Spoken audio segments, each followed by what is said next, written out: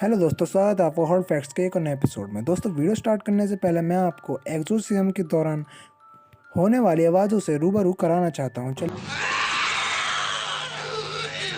Ihr Klötze! Nein, ihr Klötze! Verdammt, ihr Klötze! दोस्तों, आज हम आपको एक ऐसी लड़की के बारे में बताने जा रहे हैं जिसके शरीर पर 6 आत्माओं ने कब्जा कर रखा था। और इस पूरी घटना के ऊपर एक मूवी भी बनाई गई है, द एग्जोर्सिज्म ऑफ एमिली रोज। इस लड़की का नाम एलालिश मिशेल था, जिसका जन्म 19 सितंबर 1952 में कैथोलिक परिवार में हुआ था। इसके माँ बाप काफ़ी ज़्यादा धार्मिक स्वभाव के थे। वो हमेशा अपने धर्म का प्रचार करते रहते थे और यही आदत एनालिस को भी लग गई। उसने सोच लिया था वो भी अपने माता पिता की तरह आगे चलकर अपने धर्म का प्रचार करेगी। लेकिन किस्मत को कुछ और ही मंजूर था। जब वो 13 साल की थी तब उसको टेम्पररी एमा लॉस हो गया था। ये एक ऐसी बीमारी है जिसके दौरान आपकी मेमोरी लॉस हो जाती है और आपके शरीर से आपका कंट्रोल भी चला जाता है। एनालिस के माता पिता ने उसको डॉक्टर को दिखाने की बजाय बल्कि अपने गुरुजी को दिखाया था। जब गुरु कुछ कर नहीं पाया तब एनालिस के माता पिता ने उनको डॉक्टर को दिखाना ही अच्छा समझा। और पूरे 5 साल तक दवाई चलने के बाद भी एनालिस पे दवाइयों का कोई असर नहीं हुआ। ठीक होने की बजाय एनालिस की हालत धीरे धीरे और भी ज़्यादा बिगड़ती जा रही थी और वो कभी कभी अजीब सी हरकतें करने लगती थी। ये देखकर उसके माता पिता भी समझ गए कि ये कोई बीमारी नहीं है, बल्कि उनकी लड़की पैरानॉर्मल एक्टिविटीज़ के चक्कर में पड़ चुकी है। जिसके बाद एनालिस के माता पिता उसको ज़बरदस्ती उठाकर एक चर्च में लेकर गए। लेकिन चर्च में जाने से पहले उसके माता पिता ने एक्स्ट्रा ओट्स नामक एक व्यक्ति को अपने घर पर बुलाया था। इसके बाद वो एनालिस को उसके सामने लेकर आए। एक्स्ट्रा ओट्स ने देखा कि वो लड़की एक सामान की तरह ज़मीन पे पड़ी हुई थी और इसके बाद जो एनालिस ने हरकत की वो सही में दिल दहलाने वाली थी। एनालिस ने फर्श पर टॉयलेट कर दिया, फिर उस टॉयलेट को अपने हाथों से चाटने लगी। इसके बाद एनालिस पास ही पड़े एक कोयला के टुकड़े को बहुत बेताबी से खाने लगी।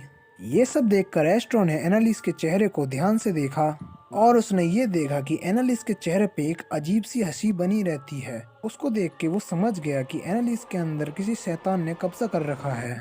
ये सब देखने के बाद एक्स्ट्रा ओट्स ने उसके माता पिता को सलाह दी कि आपको इसके ऊपर एग्जोर्सिज्म तुरंत करा लेना चाहिए। एक्स्ट्रा ओट्स को विश्वास था कि एग्जोर्सिज्म के बाद एनालिस ठीक हो जाएगी। इसके कारण उसके माता पिता भी मान गए थे। एक्स्ट्रा ओट्स ने एक और पादरी बुलाया जिसका नाम एरोनोल्ड था। इन्होंने एनालिस के ऊपर एग्जोर्सिज्म स्टार्ट किया तो उन्हें एग्जोर्सिज्म के दौरान पता पड़ा कि एनालिस के अंदर एक या दो नहीं बल्कि 6 आत्माओं का वास है। और जैसे ही एनालिस के ऊपर पहला एग्जोर्सिज्म किया गया उसके बाद सारी आत्माएं बहुत ही ज़्यादा भड़क गईं और वो एनालिस को और भी ज़्यादा परेशान करने लगीं, जिसके बाद दोनों पादरियों को दूसरा एग्जोर्सिज्म भी करना पड़ा।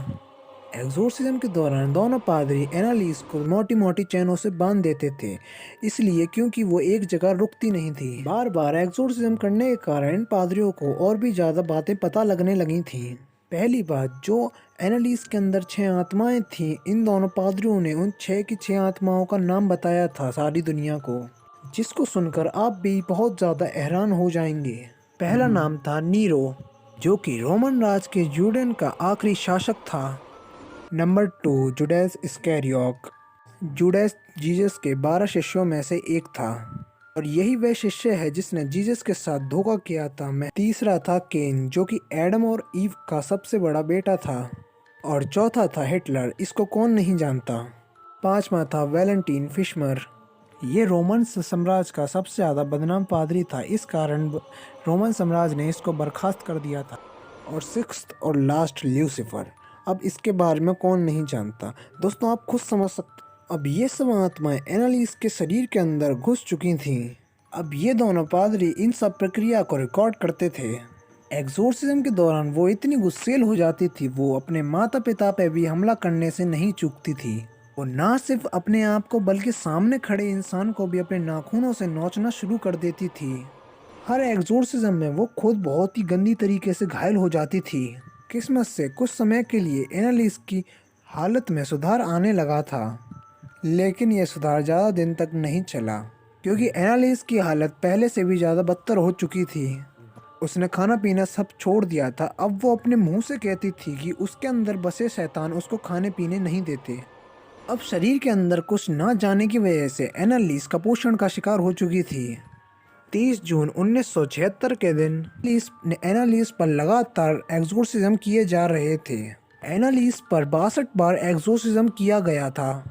अब एग्जोर्सिज्म के दौरान एनालिस ने कहा अब वो इस शरीर से थक चुकी है, अब उसको इस शरीर से छुटकारा पाना है। और उसने छुटकारा पा भी लिया, क्योंकि उस 1 जुलाई 1976 के दिन सुबह सुबह एनालिस अपने कमरे में मरी हुई पाई गई थी। तो दोस्तों, ये थी एनालिस की सच्ची कहानी।